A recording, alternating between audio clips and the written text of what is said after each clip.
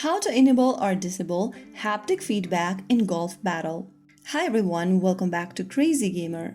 If you are playing Golf Battle and want to enable or disable the haptic feedback or vibration while playing, here is how you can easily do it in just a couple of steps.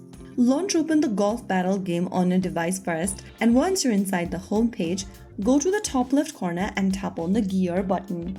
This will open up the options menu where you need to look for haptic feedback. If it is enabled, you'll see the on button right next to haptic feedback. If you want to turn it off, tap on the tick mark and make sure it shows off here. So now you have disabled haptic feedback.